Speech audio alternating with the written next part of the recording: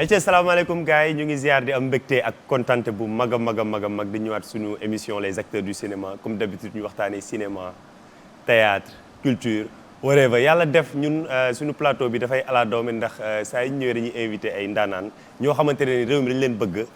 ñu xamante ne ni xàmme nañ leen ci réew mi nga xamante ne ñu waxtaan ak ñoom ñu échange def loo xamante ne ni ku nekk mën cee jariñu yàlla def tey jii ma ànd ak sama xaritu séeréer bi comme maay buuram ma bàyyi ko mu nuyoo rek Bamba Rassoul cinéma neen def ñoo fi wili ñoo ngi leen nuyu di nuyu également mbokki téléspectateurs yi ñuy seetaan ak fépp fu ñu mën a seetaanee di nuyu suñu invité de marque bi ñu am borom Laye Diarra donc Boy ASC et comme d'habitude dañuy ànd ak yéen ci actualité cinéma li ko wundu ci semaine bi yëpp incha allah. ayca merci beaucoup Bamba loolu moom ala kulli aale ñi ñëpp a ngi koy xaar ci yow ndax yow moom boo toogee rek mbaa ñu gis la rek ñi nga xam ne dañu am actualité cinéma dañu am actualité série xam fu affaire yi toll. yàlla def suñu invité bi tey man sama xarit la avant dara yàlla def ñu nekk bokk koñ màggandoo mu nekk nit ku baax yàlla def mu nekk ci cinéma bi nekk ci série yi di ko toj ma bàyyi ko mu présenté wu xam naa bi ci kanam yi tuuti rek dinañ xam lu may wax bu baax a baax a baax Ahmed. ñu ngi ziar salaamaaleykum. waaleykum salaam. maa ngi lay nuyu yow Wini di nuyu Bamba Rassoul cinéma di am contentement ngeen dalal ma tey fii parce que yàgg nañ ko bëgg def mais à chaque fois xam nga day tombeel liggéey bi et tout ça donc voilà maa ngi nuyu ñi saan ñëpp di am mbégte vraiment toog fii ak yéen partager plateau bi quoi. ñun ñoo ëpp mbégte ndax bu ñu la invité nga ñëw ak jamono ji ni tournage yi bare nga ñëw toog fii pour rek ñu échanger cinéma waxtaanee cinéma loolu ñu ñoo ci am mbégte bu baax a baax a baax kon mu ngi noonu tey jii suñu invité baa ngi nii yàlla def na ni peut-être dañ koo gis ci Laye Diarra mais moom am na ay casquettes yu bari yàlla def na ni animateur rajo la mu passionné bu baax a baax ci musique xam naa ni looloo tax yenn personnages yi sax mu mun cee mën a firi bu baax a baax yàlla def mu nekk ci Laye Diarra di ko toj bu baax a baax a baax a baax parce que tamit noonu la gis nga des fois di nga gis série gis benn mbooloo am na ñoo xamante ne ci lañuy gën a ràññeeku parce que liggéey bi ñu cee def moo rafet du ñu sori ci moom dañuy ñëw ci Bamba ñu def directement instant yi nii ci actualité semaine bi d'accord donc lu ci mel ni ci actualité cinéma ci semaine bi jeudi lay tàmbalee donc mu amoon benn projection bu amoon foofu la ca Canal Olympia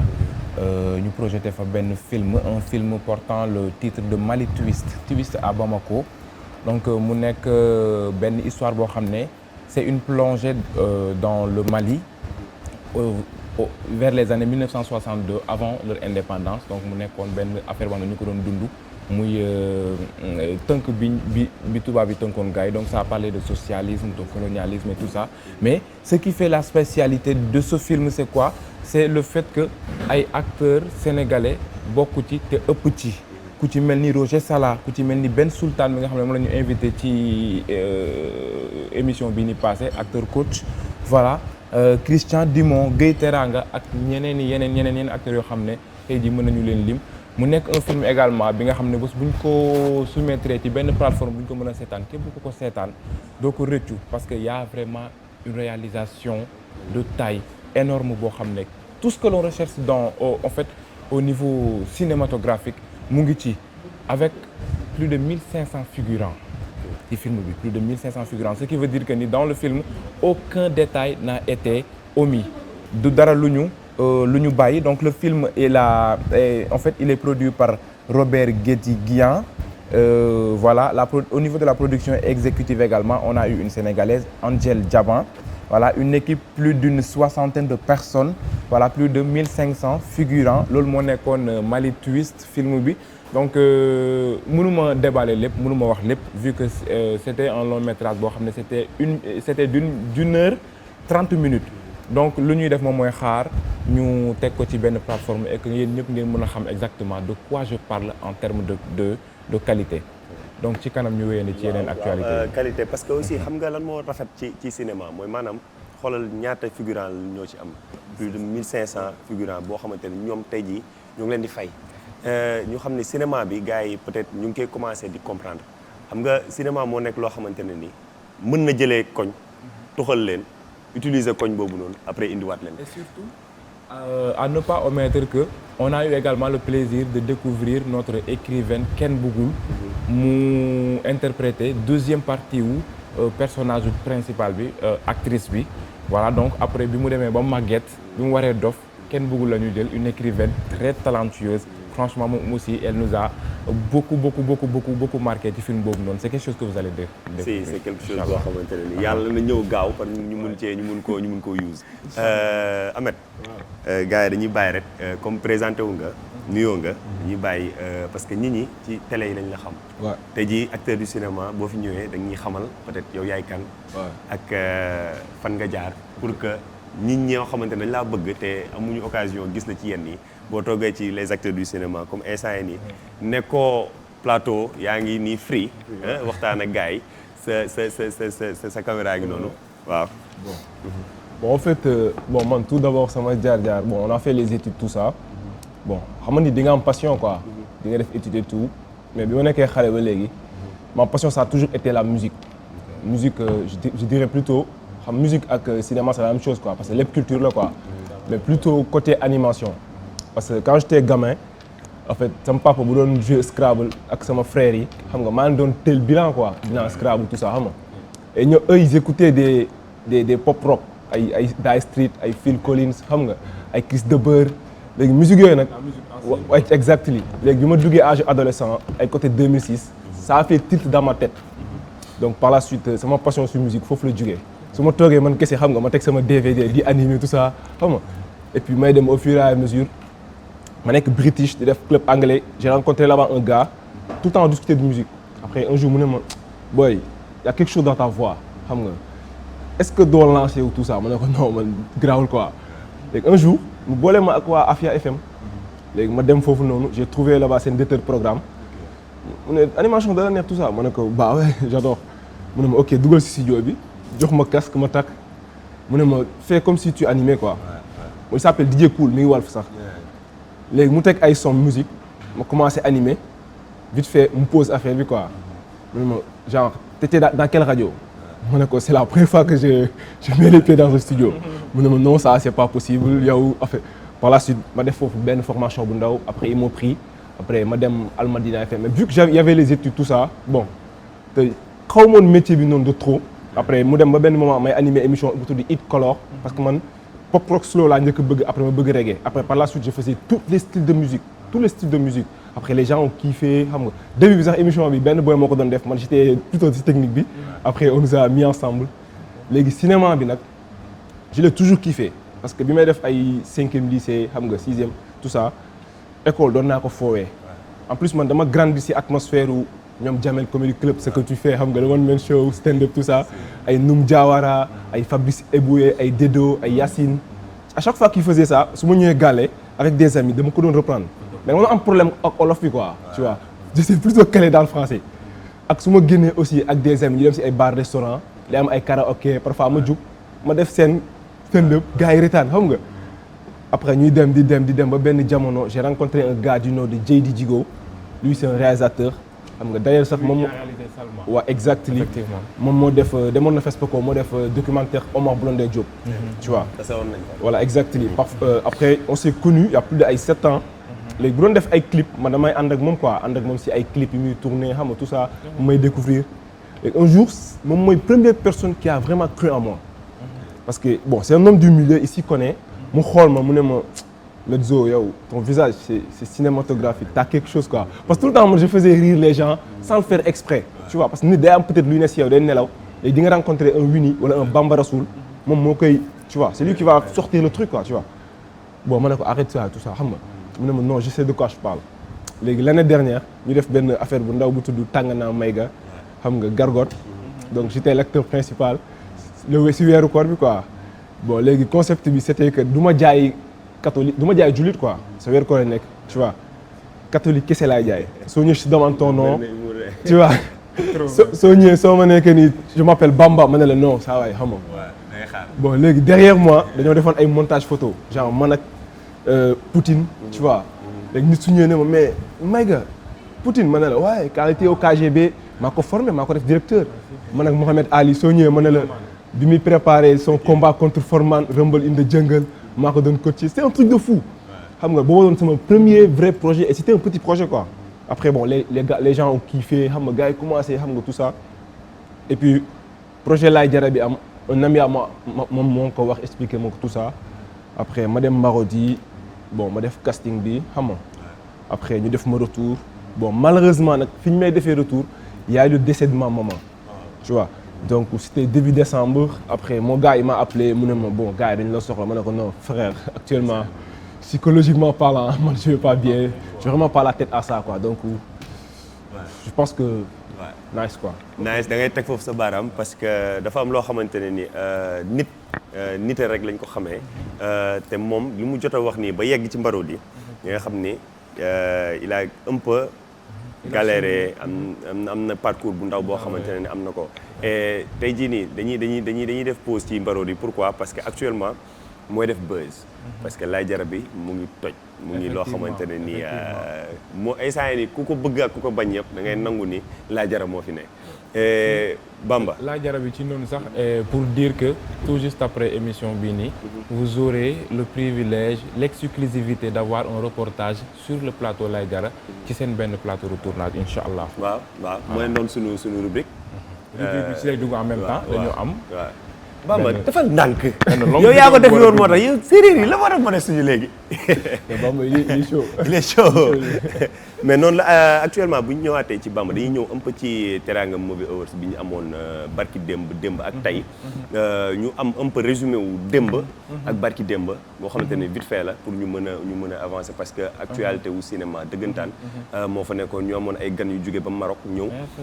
ñu amoon loo xamante ne ni ñun suñu mbégte la parce que cinéma bi bu amee festival. kon ñun ñëpp a am festival. tout à fait nga demaloon ñu fa nag nga amoon ci ay affaires yu rafet yoo xamante ne gis nañ ko ci. nga defoon ci ay direct yu ala dawme. te ji lan nga ñu ci mën a résumer rek vite fait. effectivement ci affaire bi ba xam jàll na wala jàllul ba xam dox na wala doxul. effectivement de toute façon vu que c'était la 3e édition on peut dire que ni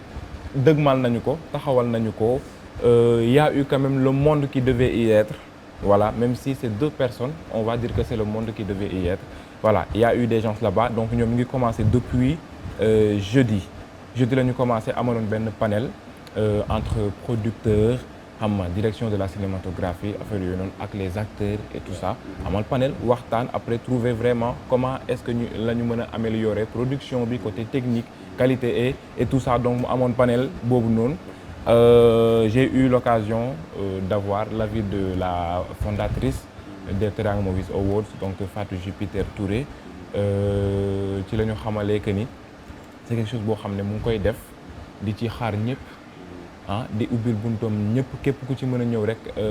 rejoindre ko ci franchement parce que teranga ñëpp la voilà pays d'invité bi comme ni ñu ko xamee waa Maroc la ren donc ñu ñëw ak une délégation de 17 personnes voilà donc loolu c'était le jeudi maintenant par rapport au vendredi vu que ci la affaire yi gënee ëpp ampleur moom mooy cérémonie tapis rouge bi voilà donc ci cérémonie bi on a eu honneur à des prix spéciaux décernés à des femmes du cinéma sénégalais à l'image de Bigué Ndoye on a eu madame Top Thiam première femme monteuse Mame Fagay Ba moom mooy costumière d'ailleurs moom moo nekk costumière u Vautour on a eu Oumoussi styliste et costumière Aminata Diakhaté qui a joué dans Yen actrice et comédienne on a eu Annette Mbaye Dernier Vie auteure Sophie Faye réalisatrice donc première femme en 1972 bu réaliser court-métrage c'était son premier court-métrage d'ailleurs voilà on a eu madame Neyla Tazi de Maroc madame Awassène Sarr actrice et comédienne d'ailleurs moom moo def voix wu Karaba la sorcière voilà à part ça on en vient au prix ma xool donc voilà on a eu prix meilleur interprète non d'abord prix meilleure série africaine deuxième ñu def ci ñaari prix deuxième meilleur prix série africaine ñu octroyé ko à une série malienne donc Divorce par Yeta Digital ñoom aussi ñu ngi def seen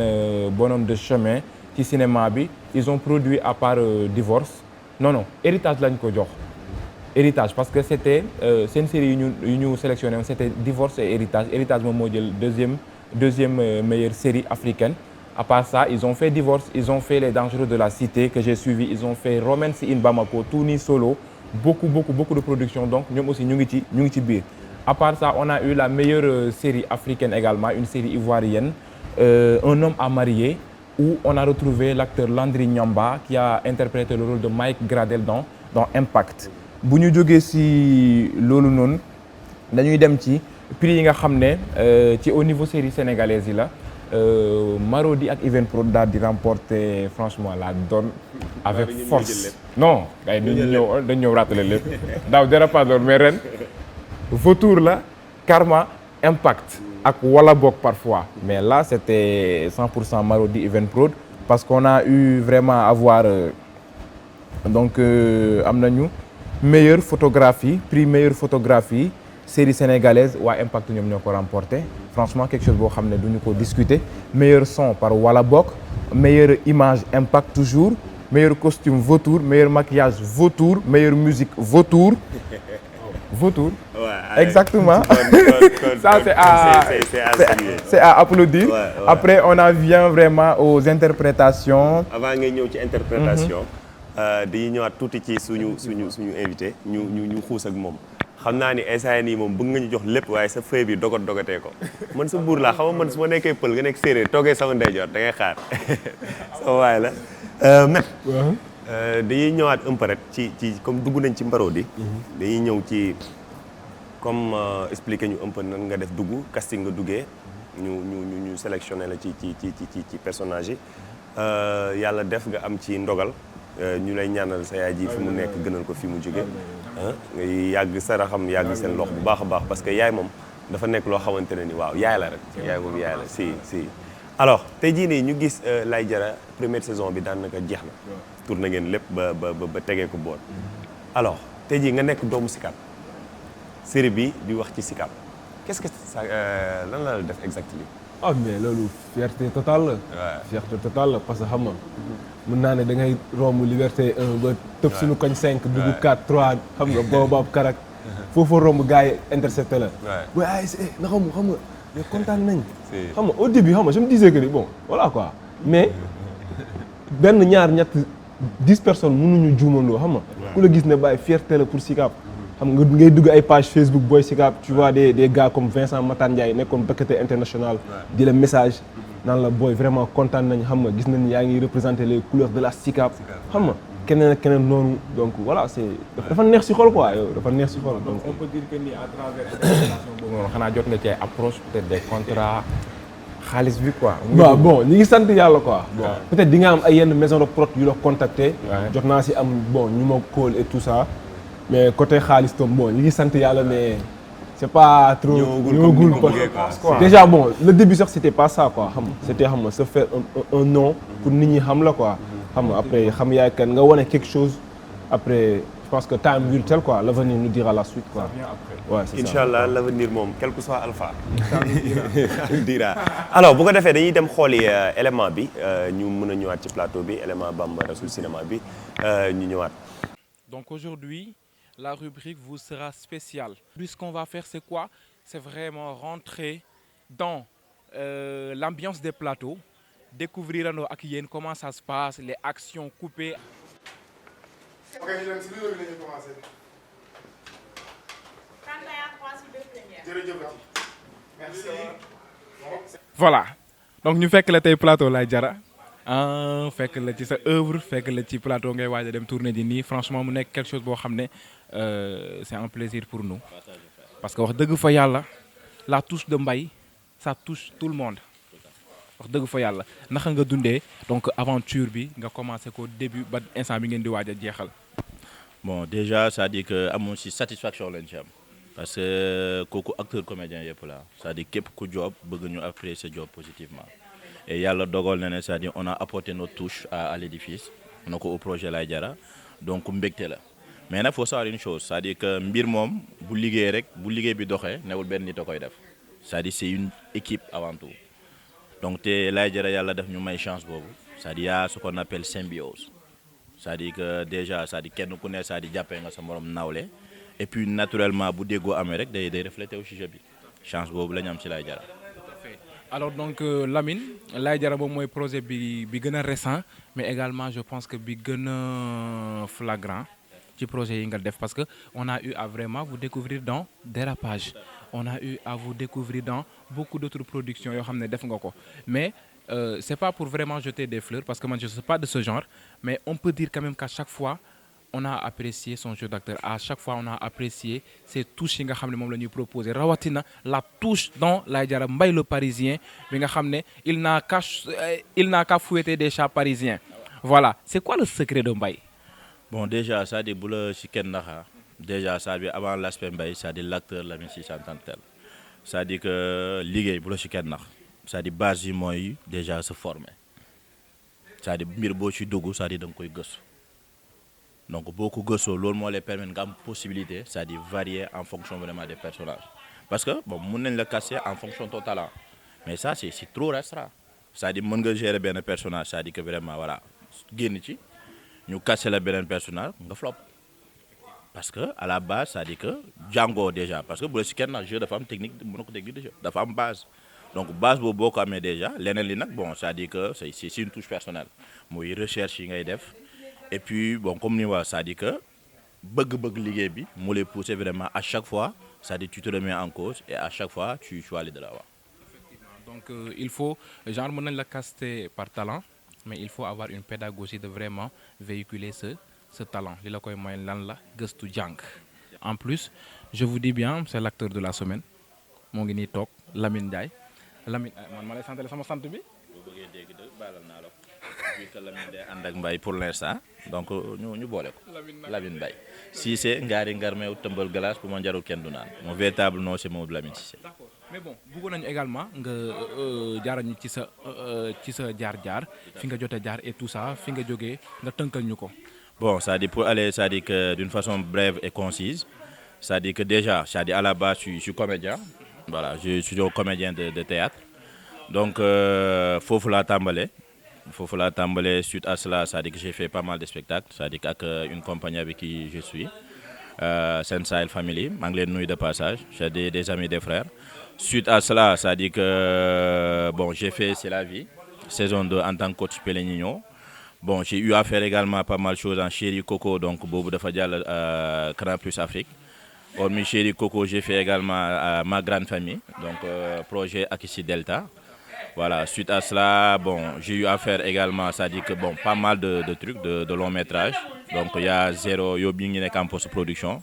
Il y a Frère d'honneur également qui a été produit par une maison de production nigériane, donc voilà, qui était venue à Dakar. Donc voilà, d'une façon résumée, c'est ça mon parcours. Et puis récemment, donc le projet Laye Diarra, bien sûr. Bon, entre autres également Dérapage, une série que j'ai fait. Merci. Alors votre dernier mot? Bon déjà ça dit mbégte donc si dalal la ci bërëb bi parce que quoi qu'on dit cinéma soxla na lii c'est-à-dire bërëb bu ñu koy waxtaanee c'est-à-dire di dollante et puis éventuellement ñi ñuy déglu c'est-à-dire jëriñoo ci et puis voilà di la bégee di kontaan ci teew gi en tout cas mais merci beaucoup encore. yàlla def na ni yow yaa ñuy jëlali information yi instant ni moom mu ngi cool ndax Mbaye mi boo ko déggee mu wax nga xam ne il est comédien il est acteur te d'habitude boo xoolee ñiy jóge ci théâtre bi après dugg ci acting bi da ngay gis ñoom seen bu ñuy interpréter personnage day nekk lu magnifique da ngay gis personnage yi day tegu quoi. ça passe waaw par rapport ak ñoo xamante ne ni ñu dañoo dugg directement ci cinéma bi personnage yi des fois day leen di gën a jege ñoom que ku jaar ci théâtre xam nga théâtre moom daanaka da ngay interpréter ay personnages yu bari alors nga demoon ñu foofu noonu fekk gars yi plateau tournage nga jël fa reportage ak moom mu nekk loo xamante ne ni vraiment c'est à saluer quoi alors lan nga fa dund exactement ak plateau bi nga fekk foofu noonu. Voilà donc aventure bi ci plateau Laye Diarra bi c'était vraiment une aventure boo xam ne rëccu wuñu ko c'était pas regrettable du moment où on a été bien accueillis bien placé ñu jox ñu carte verte ñuy dugg fu ñu neex xaw ma damaa sopp ku nekk laa dugg ku nekk laa tooñ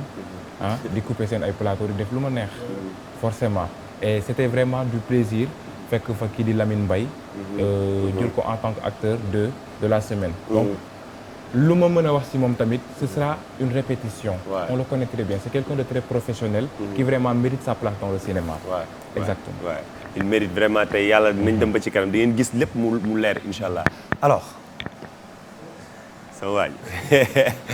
non en fait bu ñu xoolee image yi nga bokk ci même série bi yàlla def mu jeex ngeen pare première saison alors ngeen dundandoo saison bu magnifique ngeen def ba du nekk tout le temps bu mu jeexee qu'est-ce que ça t'a fait. bon démb la jeex quoi. mais mën naa ne ñun ñëpp dañu xawoon triste quoi. parce que mën naa ne c'est devenu une famille. waaw Laye Diarra personnage yi acteurs yi c'est devenu une famille parce que man j'ai fait des rencontres là-bas ku si mel ni Mbaye Diarra par exemple foofu la ñu xamante mais tey jii mën naa ne xaw na dépasser cadre cinéma parce que dañuy wootante téléphone et tout xam nga métti woon na nag parce que bon tout début est difficile déjà man mën naa considérer sama bopp comme novice quoi quelqu'un de nouveau parce que nga def benn série boo xam da nga boolee acteurs yu bees ak ñoo xam ne dañu am expérience xam nga mu ñëw public sénégalais bi adhéré accepté ça fait quelque chose quoi ça fait quelque chose quoi. Non c'est magnifique parce que nit ñi gis nañu duñu gis ni am na balance boo xamante ne c'est mais ci biir série bi dafa am loo xamante ne gars dañu ma ko am retour yu bari ñu ne ma Sicap lan moo tax à chaque fois day am kenn koo xamante ne mooy terroriser ñëpp gars yi tudd turu Iboulis bu ma wax Iboulis psychologiquement le gars daf ma xaw a terroriser donc du coup mais gars yi li ñuy laajte lu bëri ci commentaire dañu naan est-ce que loolu réalité wu Sicap la wala bon personnage bu ñu dugal ci biir série bi la rek moo xamante ni perturbateur la. bon en fait je dirais plutôt kon ñëpp am na ay Iboulis quoi.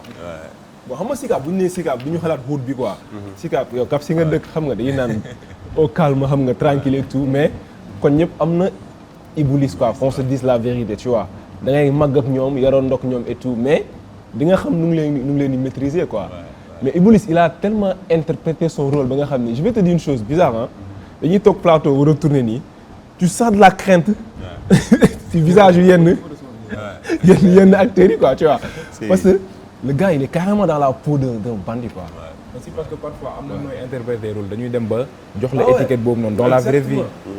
exactement. mais moom vraiment personnage am boobu réussir na ko quoi. bu ñu waxee dëgg rek parce que c'est vrai que bu série bi di débuter nekkandoo woon ak yéen. dafa dabe. mais dafa ñëw vraiment personnage am. mel ni ku débuté ndoo ak yéen mu nekk lu magnifique. ñu naan ko respect fi nga teg sa tànk foofu la ndax ñun xam nañ ko. xam nañ ko bu baax a baax kala xam nañ ko bu baax te li graaw mooy boo xamee nit ki gis personnage bi muy interprété da nga naan oh c'est magnifique parce que nit koo xamante ne dafa du siggi sax xool nit daanaka waaye koo xamante ne dafa woyof baax bëgg nit foo ko fekk mu ngi japisé di kafoore mais nga gis ko mu interprété personnage da nga naan lii waaw chapeau man loolu laay bëgg di gis à chaque fois ci yenn nit ñi parce que bëgguma di gis Ameth après di gis personnage am mu nekk Ameth à chaque fois te loolu day nekk loo xamante ne dañuy xam ne cinéma bi gars yi ñu ngi liggéey bu baax a baax alors Bamba dañuy ñëw ñu continuer un peu ci fi nga nekkoon ci prix yi fi ñu arrêté woon je crois que des na quelques 4 xaw ma 5 prix meilleur scénario yi aussi primé nañ leen ñu amoon deuxième meilleur scénario waa Vautour premier meilleur scénario série Karma. alors bu ñu jógee foofu noonu meilleure réalisation également Karma moom moo ko jël ñuy féliciter El Hadji Soxo ci réalisation boobu noonu waaw voilà moom toog na ci plateau bi d'ailleurs voilà à part ça on a eu également prix meilleure interprétation féminine deuxième meilleure interprétation féminine ñu jox ko Awa Djiga Kane dans le rôle de Sidi Andate Yalla Diop dans Vautour voilà toujours Vautour. également première meilleure interprétation féminine ñu jox ko Roselyne Silla May de Karma loo xam ne bettul nit ñi également bi ñu jógee foofu noonu forcément bu amee féminine y aura meilleure interprétation masculine deuxième meilleure interprétation masculine ñu jox ko Babacar Ouali voilà dans son rôle comment il s'appelle encore mooy rôle bi mu interprété dans les valeurs voilà donc ñu jox ko deuxième bi premier bi ñu jox ko sunu naataango Assane Thiam Allo Passane Moussa Diouf dans la série Impact moom lañ jox meilleure interprétation masculine ci Teranga Movies Awards voilà je crois que loolu moo nekkoon prix yi nga xam ne jotoon nañ ko décerner voilà lu ma ci fàtte ngeen jéggal ma ngeen xam ne xel bee fa waaw noonu la parce que fu mu nekk nii ñëpp dañuy d'accord parce que aussi boo xoolee ñuy lim Pa Assane Babacar Wali Awa Djiga Kane man pour man c'est mérité quand même et c'est à base des critères donnés waaw parce que dañu wane Assane Thiam il ne surjoue pas loolu la ñu wax carrément c'est le meilleur acteur pourquoi parce qu'il ne surjoue pas et quoi qu'on puisse dire il ne surjoue pas dégg na wolof dégg na tubaab te il a une voix extraordinaire avec une prestance de ouf voilà te li graaw mooy moom it personnage am bii bi ñuy débuté dama ko laaj ma ne ko lii mu ne ma damaa dugg foo xamante ne ni man daf ma neex parce que daanu ma woon jouer genre kii ay love affaire yooyu man ci hood bi laa doon gën a nekk moo tax actuellement dañu naan respect c'est félicitations gars yëpp ñun li lañ bëgg dañoo bëgg cinéma bi jëm ca kaw jëm ca kanam parce que ñun lay demal kanam ñun lay jëmal kanam parce que Sénégal c'est le Sénégal qui gagne. Alors gars yi comme émission bi mu ngi tiré à sa fin frère dañuy ñëw un peu rek ci carrière bi actuellement yaa ngi doon wax si biir wax sànq am na ay maison de prod yoo xam ne dañ la contacter te instant nii saison bi jeex na. Est-ce que yaa ngi préparé pour yeneen maison de prod wala da ngay toog mbaroo di kase wala je sais pas. bon ouais. Ça dépend quoi parce que xamal lépp loo gisee waxtaan la quoi te mën naa ne maa ngi doog a dugg carrément si milieu bi donc tey jii bépp décision bu ma nar a jël rek je vais en parler avec ma famille xam nga toog defaat tuuti recul xool le pour et le contre lan laa war a yokkaat sama jeu acting xam nga parce que xam nga tey jii booy xool Laye Diarra série la boo xam ne 100% comédie la mais si biir 100% comédie bi en fait il y a des messages éducatifs yoo xam ne ça éveille les consciences parce que tey jii xam nga joué nañ ay épisodes yoo xam ne du comédie quoi en fait booy xool jàngalaate la tu vois booy xool ku si mel ni agression bi jàngalaate la dem Saint-Louis bi jàngalaate la donc yow acteurs yi man je faisais tout le temps en sorte di def benn jeu boo xam ne je veux pas que les gens quand ils passent à Boy ASC ils se disent que ni ah c'est un comédien genre ils pensent à moi que pour du rire. Je sais pas si tu as remarqué ou pas par rapport ni may jouer souvent parce que effectivement quoi. En plus moi il y a une chose que j'ai remarqué on a dit Boy ASC passionné de football et dans la première saison on n'a pas découvert Boy ASC avec un ballon dans le foot pourquoi. Exactement c'est ça. Même voilà s'ils sont passionnés de football bon man sama rôle loolu quoi Boy parce que déjà bon. kii ñoo bokk et aussi naturellement passionné de football Ouais. bu baax a baax te et puis li extraordinaire mooy Bayern moo mos a nekk équipe te li garaaw mooy instant mu ngi siis ñeneen ñi parce que Sadio Mané dugg na biir Bayern instant nii dafa teg ngan di barrière te li garaaw mooy information yu Bayern di am yëpp gars yi ci moom lañ koy kojee Sicap laa lay wax de ci moom la ñuy kojee information yi. non c'est vrai parce que man déjà Sadio Mané je savais qu'il allait signer au Bayern un mois avant que les Sénégalais le découvrent. Ok. Parce que bon peut-être que j'ai des sources et tout parce que le football c'est ma vie le Bayern c'est ma vie. déjà kii ñoo bokk koñ. man depuis 3 ans je suis le trésorier de mon ASC Walidane. donc waaw rôle bi en fait. Je vais pas dire que c'est moi mais c'est un peu moi quoi parce que j'adore la lutte sénégalaise xam nga Boy ASC bëgg na football xam nga ami d'enfance de Laye la xam nga voilà quoi doon la quoi c'est ça actuellement comme que Bamba ñu ngi sori dañuy bàyyi ñu fexe ñu tàggatoo bu dee am na loo dese woon ñu nga joxe ko. lu ndaw rek laa dese moom mooy dama remarqué disparition quelques acteurs ci dans la série deuxième saison wu Diégou Pousso parce que ku ci mel ni Mor Sène Django bu Emprise moom moo doon interpréter le personnage de Ousmane on le voit plus jot naa ko il a donné ses raisons Pape Demba bu Emprise lui aussi moom moo nekkoon acteur principal bi Yérim on le voit plus jot naa moom aussi kiiwam ku ci mel ni aussi le gars qui est avec Cisco dans Impact Sonyibou moom aussi mu ngi ci woon gisuñu ko beaucoup de personnages yoo xam ne nekkuñ ci te même bu dul série boobu sax am na aussi yeneen série yoo xam ne on remarque cela pourquoi parce que tout simplement il y a un problème de cachet parfois réalité tournage yi moom moo leen ko dul imposer voilà donc loolu la ñu remarqué mu nekk loo xam ne am na solo aussi ñu ciy bàyyi xel parce que nga def sa saison 1 acteur principal acteurs principaux yëpp ñu ñëw deuxième saison ñu remarqué que ni nekkatuñ ci ça en fait ça fait régresser et ça fait ralentir ñi sax audience boobu noonu ñu c'est ça en fait si voilà du coup ñu ciy bàyyi xel en fait xam nga parce que acteur aussi quoi qu'on puisse dire man dama koy wax à chaque fois acteur loo ko fay jar na ko parce que c'est celui qui sacrifie son travail en dehors du cinéma c'est celui qui se sacrifie qui sacrifie sa famille pour venir sur le plateau jouer et après rentrer tard à des heures donc loo ko fay jar na ko ñu gën a defaraat en tout cas cohésion bi entre acteurs et maison de production voilà quoi acteurs yi tamit xam fu ñu teg seen tànk xam lu ñu kii quoi bàyyil aalu bi wax naa la ko sonn ayca kon bu ko defee dañuy rejoindre Bamba rek parce que bu ñu waxee dëgg nit koo xamante ni métier la ko def liggéeyam la bu liggéeyee war nga koo fay quand même c'est le minimum waaw fu mu nekk nii Ahmed dañuy ñëw un peu rek ci tàggatoo bi parce que actuellement man dafa am loo xamante ne ni dama koo am comme ay retours yoo xamante ne nii ça fait un peu mal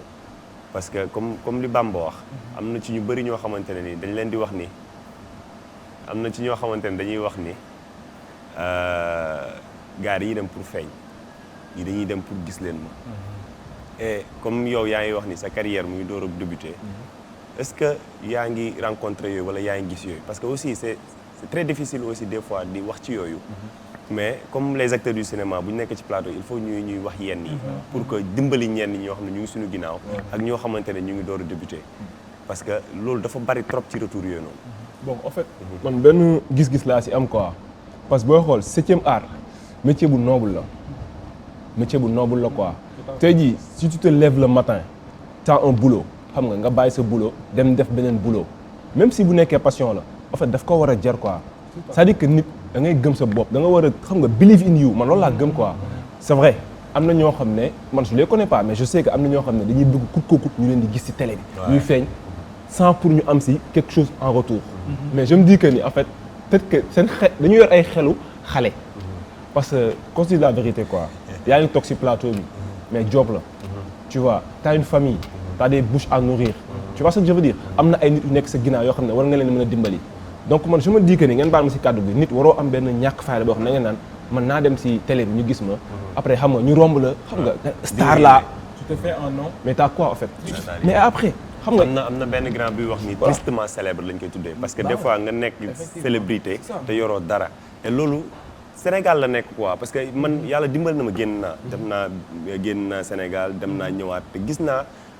acteurs yi nekk fële ak comédiens yu nekk fële sont à l'aise je te dis frère ñu ngi ci jàmm ñoom métier bi gars yi respecté na leen ko aussi dañuy waxaat ci beneen point mooy maanaam les acteurs yoo xamante ne dañuy nekk ci benn maison de prod ñu am fa contrat ñu jógee ci loolu dem di liggéey ak ñeneen effectivement am na ci fii ci réew mi parce que da ngay gis benn Bamba mu nekk SSP nekk ci di liggéey jékki-jékki beneen maison de prod woo ko mu bëgg cumuler les deux loolu noonu est-ce que yoon nangu na ko loolu mën na la tee tëj kaso à un moment donné il faut revoir les genres de contrats signés soit tu signes un CDD un contrat à durée déterminée ou bien à durée indéterminée soit tu signes de la prestation maanaam bu sa liggéey jotee da nga ñëw def ko soo fi jógee tu es libre mën nga dem def ko feneen mais nag de là à signer contrat bu dëgër këcc ñu lay faire par mois ñu ne la durée bii ni ñun ñoo la moom nga rocceeku dem liggéey ak keneen ñooñu buñ la ci bàyyee ñoom ñoo la ko bàyyee buñ la tëjee da ngay tëdd dama bëggoon leer la comme li nga wax rek bon man par exemple parce que xam nga mën naa ne bon novice la tey jii man Salma dama si amoon rôle Salma Seydi Dieye di Djigo amoon naa si ngan di rôle tu vois mais après quand Marodi m'a contacté pour le projet de Laye Diarra ñaari dafa ñëw def nii tu vois ce que je veux dire bon, vu que Dieye c'est plus qu'un pote c'est un frère il m'a dit boy graw demal Marodi lance-toi après on verra ce qu'on va faire parce que en fait je ne pouvais pas aw ma woon expérience su naviguer entre les deux mais tey jii xam nga tey jii su ma demee comme kii lu mu wax am na ay contrats durée déterminée y a des contrats de prestation tu vois tey jii su ma demee ba am yenn expérience yi amaana dinaa xam comment je vais m'arranger ak maison de prod yi en fait c'est ça quoi parce que lépp waxtaan la lépp contrat la mais bu fekkee tey jii dañ la jox benn contrat t'as pas un conseil juridique bu la ko liiral xamoo dara nga ñëw rek def nii dem frère y a problème kon comme ñun les acteurs du cinéma nañu fexe invité ñenn ñi nañuy xool avocats yi wala les juristes ñëw toog pour ñu dimbali ñu ci contrat yi alors looy tàggatoo rek voilà lu may tàggatoo sànq yeneen ngi wax genre ñu bëgg feeñ bi Evenprod ñu ngi ñëw ci thème boobu noonu ak Fake Life benn série boo xam ne ça parle de affiché indo dawal kaboy voilà donc di leen jox dig daje ci beneen numéro incha allah toujours ci actualité cinéma et c'est toujours du plaisir également de m'y retrouver waaw voilà ayca merci beaucoup ñun ñoo lay gën a kontaan boo ñëwee Merci. ndax sa buur moom bu toogee sa wet moom yow fexeel à tout moment mun naa laa yónni café yow maa la dul faale benn yoon ayca mer waaw looy tàggatoo bon en gars yi fait maa ngi kontaan avant tout di la remercier aussi partager au plateau franchement c'est ay pur moment de bonheur la de découverte waxtaan ak Bamba aussi maa ngi gis liggéey bu muy def si Instagram yi vraiment fi nga téye sa loxo foofu la di nuyu sama waa gaale di nuyu sama waa famille di nuyu sama xarit di nuyu toute l'équipe de Marodi surtout l'équipe technique je les appelle les gens de l'ombre franchement les gars ils se défoncent comme des chiens xam nga si plateau bi donc fallait ma delloo leen njukkal quoi di nuyu acteurs yi ma partagé le projet bi yëpp maa leen di bëgg ñëpp di nuyu tous les acteurs du Sénégal ñi bëgg culture ñëpp One Peace One Love Et n'oubliez pas une chose, love is the only solution. Merci beaucoup frère. fàtte nga waa Sicap waa yow. waa Cap si sama waa koñ reposé mooy si koñ la nekk Sicap dama leen fàtte mooy sama quarantaine. ayca merci beaucoup dañuy sant di gërëm ndax actuellement ñu ngi jëm ci période tabaski xam naa ni dañuy naan ngeen baalaat ñu àq bu baax a baax yàlla def ni ñu ñuy tàmm jox ndëwnal ni ñu teel a indi ndëwnal gi ndax ñu mën cee teel a jënd xaru tabaski ak yérewu tabaski kon boog dañu naan merci beaucoup di remercier vraiment équipe technique bi ne woon ci ginnaaw Aba Karim di wax kat yi merci beaucoup gars yi yëpp Nabou gars yëpp merci beaucoup Nampali Cheikh sama gars yi maa ngi leen di bëgg baax leen wax ni ba beneen numéro incha allah rabbi jaa ngeen jëf